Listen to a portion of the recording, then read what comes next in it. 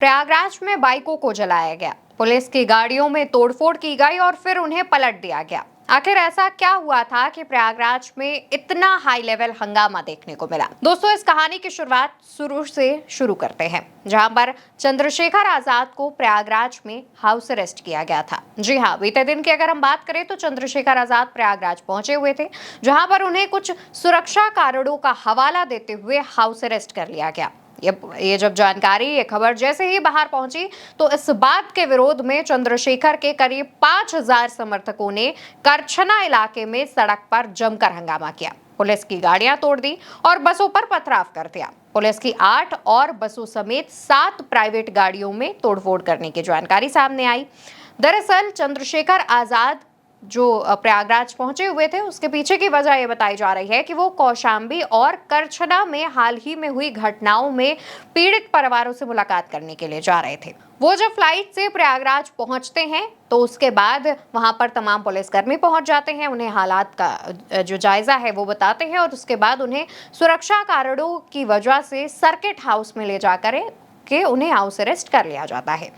ये खबर उनके समर्थकों तक पहुंची। हालांकि दूसरी तरफ चंद्रशेखर आजाद सर्किट हाउस में ही धरने पर बैठ गए थे और उनका कहना यह था कि हमें जवाब दिया जाए कि आखिर हमारे साथ ऐसा क्यों किया जा रहा है, और हम सिर्फ पीड़ित परिवारों से मुलाकात करने जा रहे थे, क्योंकि जो पीड़ित परिवार हैं उनको न्याय नहीं मिल रहा था। उन्हें यूपी के प्रशासन पर उनका भरोसा नहीं जम रहा था, क्योंकि ये जो घटनाएं हैं वो काफी दिन पहले की हो चुकी हैं। इस वजह से वो सिर्फ पीड़ित परिवारों से मिलने जा रहे हैं।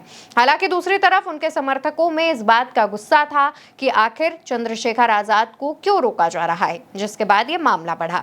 अब यहाँ पर मामले की बात कर लेते हैं कि इन दो मामलों को लेकर, घटनाओं को लेकर के चंद्रशेखर आजाद प्रयागराज पहुंचे थे। तो पहला मामला यह था कि प्रयागराज से सटे कौशांबी जिले के लोहदा गांव की पाल समाज की 8 साल की बेटी से बलात्कार किया गया। इसमें आरोपी परिवार ही खुद को पीड़ित परिवार बताने लगा।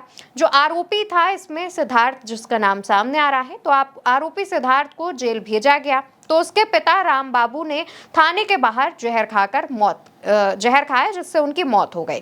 कौशांबी पुलिस को आरोपी के परिवार का सड़क पर जो हंगामा है वो देखने को मिला और इसे काबू में करने के लिए पुलिस ने लाठियां भी चलाई। हालांकि इसके बाद डिप्टी सीएम ब्रजेश पाठक का एक कोई पोस्ट सामने आता है, जिसमें वो मामले में जांच की दिशा बदल देता है। इसके बाद पीड़ित बच्ची के जो पिता थे, जिस 8 साल की बच्ची के साथ दुष्कर्म हुआ था, उसके पिता को आरोपी के पिता की मौत के मामले में अलग से एक केस दर्ज करके जेल भेज दिया जाता है।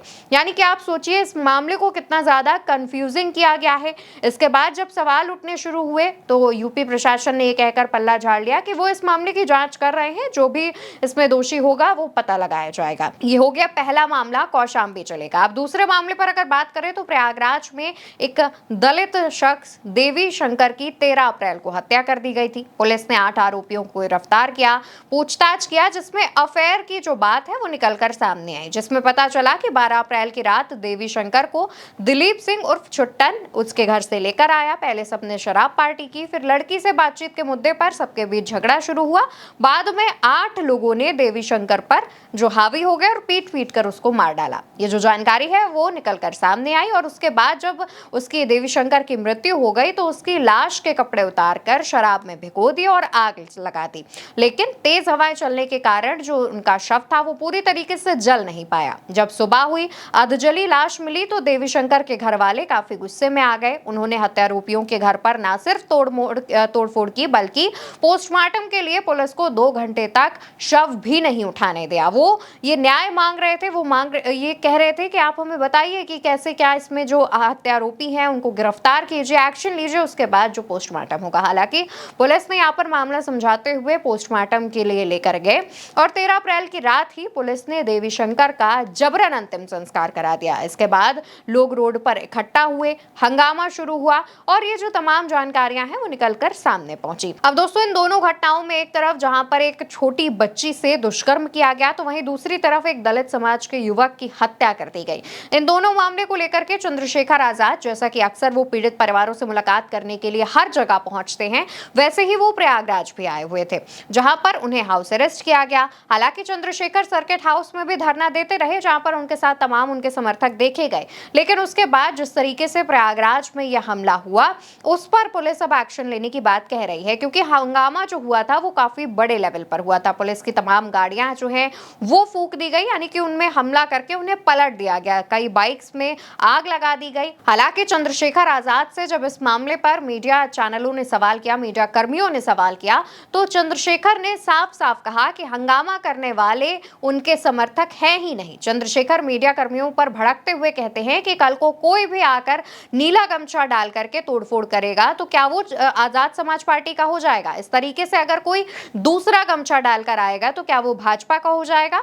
इस तरीके से चंद्रशेखर आजाद भड़क जाते हैं। वो साफ साफ कहते हैं कि मेरे समर्थक वो हैं ही नहीं जिन्होंने ये हंगामा किया है। उनके समर्थक उनके साथ सर्किट हाउस में धरना दे रहे थे और वो पीड़ित परिवारों के घर पहुंचे हुए थे, जैसा कि जानकारी दी गई थी कि चंद्रशेखर आकर मुलाकात करेंगे। तो ये जो हमला किया है वो आजाद समाज पार्टी के समर्थक है ही नहीं, ऐसा कहना है चंद्रशेखर आजाद का। हालांकि दूसरी तरफ जब पुलिस से इस मामले पर बातचीत करने की कोशिश की गई तो पुलिस की तरफ से कहा गया कि जिन लोगों ने हंगामा किया है उन पर गैंगस्टर और रासुका भी लगाएंगे, यानी कि अब इन मामलों पर जो है गैंगस्टर और रासुका लगा करके कार्रवाई की जाएगी। जो भी हंगामा करने वाले लोग हैं उनकी धरपकड़ की जाएगी और इसके लिए तमाम जो कार्रवाई है, एक्शन है, वो भी शुरू कर दिया गया है। वहीं दूसरी तरफ रात करीब 8 बजते बजते चंद्रशेखर आजाद को पुलिस फोर्स की मौजूदगी में प्रयागराज से वापस वाराणसी भेजा गया, जैसे कि अभी तक अपडेट सामने आ रही है।